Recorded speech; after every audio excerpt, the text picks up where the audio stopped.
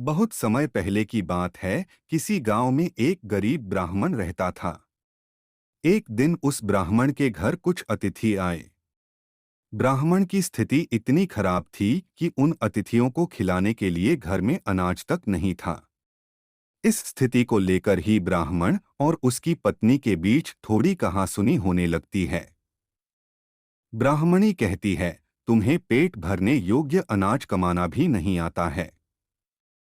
इसी का नतीजा है कि आज घर में अतिथि आ खड़े हुए हैं और हमारे पास उन्हें खिलाने के लिए कुछ भी नहीं है। इस पर ब्राह्मण अपनी पत्नी से कहता है, कल कर्क संक्रांति है। मैं कल भिक्षा लेने के लिए दूसरे गांव जाऊंगा। वहां एक ब्राह्मण ने मुझे आमंत्रित किया है। वह सूर्य देव की तृप्ति के लिए कुछ दान देना चाहता है। तब तक जो कुछ भी घर में है उसे आदर सत्कार के साथ अतिथियों के सामने रखो। ब्राह्मण की यह बात सुनकर ब्राह्मणी कहती है, तेरी पत्नी होकर मैंने कभी सुख नहीं भोगा है। न कभी खाने को मेवा मिष्ठान मिला, न ही ढंग के वस्त्र और आभूषण।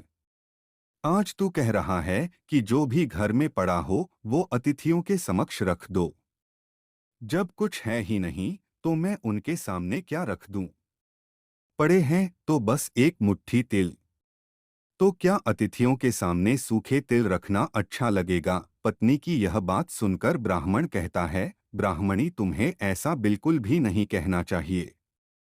कारण यह है कि इच्छा के अनुसार किसी भी मनुष्य को धन की प्राप्ति नहीं होती है। जरूरी है तो पेट भरना, और पेट भरने योग्य अनाज तो मैं ले ही आता हूँ। अधिक धन की चाहत अच्छी नहीं। ऐसी इच्छा का तुम्हें त्याग कर देना चाहिए। अधिक धन की इच्छा के चक्कर में मनुष्य के माथे पर शिखा बन जाती है। माथे पर शिखा वाली बात सुन ब्राह्मणी बड़े ही आश्चर्य से ब्राह्मण से पूछती हैं, अधिक धन की इच्छा में माथे पर शिखा हो जाती है? मैं कुछ समझी नहीं, जो भी कहना है खुलकर कहिए। ब्राह्मणी के इस सवाल का जवाब देने के लिए ब्राह्मण अपनी पत्नी को शिकारी और गीदड़ की एक कहानी सुनाता है। ब्राह्मण कथा की शुरुआत करता है।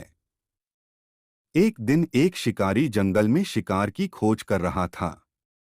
जंगल में कुछ दूर आगे बढ़ने के बाद शिकारी को एक काले रंग का पहाड़ जैसा विशाल सूअर दिखाई देता है। आपका अपना चैनल इंडियन हिस्ट्री लाइक कीजिए, सब्सक्राइब कीजिए। सूअर को देखते ही शिकारी अपना धनुष उठा लेता है और कमान खींचते हुए सूअर पर निशाना लगा देता है। कमान से निकला हुआ तीर तीव्र गति से सूअर को घायल कर देता है। घायल होने पर सूअर चिंघाड़ता हुआ शिकारी पर पलटवार कर देता है। सूअर के तीखे दांतों से शिकारी का पेट फट जाता है। इस तरह शिकार और शिकारी दोनों का ही अंत हो जाता है।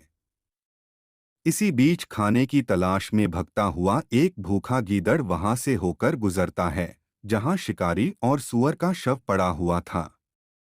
बिना मेहनत इतना सारा भोजन देख गीदड़ मन ही मन बहुत खुश होता है और मन ही मन सोचता है कि आज तो ईश्वर की बड़ी कृपा हुआ, जो इतना अच्छा और अधिक भोजन एक साथ मुझे मिला है। मैं इसे धीरे धीरे और आराम से खाऊंगा, ताकि लंबे समय तक मैं इसे उपयोग में लाऊंगा। इस तरह मैं इस भोजन के साथ लंबे समय तक अपनी भूख को शांत रख पाऊंगा। इन सभी बातों पर विचार करते हुए गीदड़ सबसे पहले छोटी छोटी चीजों को खाना शुरू करता है। तभी उसे शिकारी के मृत शरीर के पास धनुष पड़ा दिखता है। गीदड़ के मन में पहले उसे ही खाने का विचार आता है और वह धनुष पर चढ़ी डोर को चबाने लगता है। गीदड़ के चबाने से धनुष पर चढ़ी डोर टूट जाती है और डोर के टूटने से धनुष का एक सिरा वेग के साथ गीदड़ के माथे को भेदता हुआ ऊपर निकल आता है। गीदड़ के माथे को भेद कर धनुष का जो सिरा गीदड़ के सिर पर निकल आता है, वह ऐसा प्रतीत होता है मानो गीदड़ के माथे पर शिखा निकल आई हो। घायल होने के कारण कुछ देर बाद गीदड़ की भी मौत हो जाती है। इतना कहते हुए ब्राह्मण कहता है, ब्राह्मणी, इसीलिए मैं कहता हूं कि जरूरत से अधिक लोभ से माथे पर शिखा आ जाती है। यह कथा सुनने के बाद ब्राह्मणी कहती है, ठीक है, अगर ऐसी ही बात है तो घर में जो मुट्ठी भर तिल पड़े हैं उन्हीं को मैं अतिथियों को खिला देती हूँ। ब्राह्मणी की यह बात सुनकर ब्राह्मण संतुष्ट होता है और भिक्षा मांगने के लिए घर से बाहर निकल जाता है। वहीं ब्राह्मणी भी घर में पड़े तिल को धूप में सुखाने के लिए फैला देती है।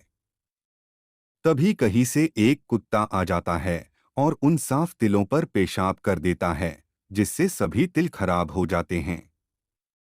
तिल के खराब हो जाने पर ब्राह्मणी काफी परेशान हो जाती है और सोचती है, यही तो तिल थे जिन्हें पकाकर मैं अतिथियों को खिला सकती थी। अब मैं क्या करूं? काफी देर सोचने के बाद ब्राह्मणी को एक तरीका सूझा। उसने सोचा कि अगर वह गंदे तिलों के बदले साफ तिल देने की बात कहेगी तो कोई भी आसानी से मान जाएगा। साथ ही किसी को भी इन तिलों के खराब होने की बात पता नहीं चलेगी। इस विचार के साथ वह उन तिलों को लेकर घर घर घूमने लगी।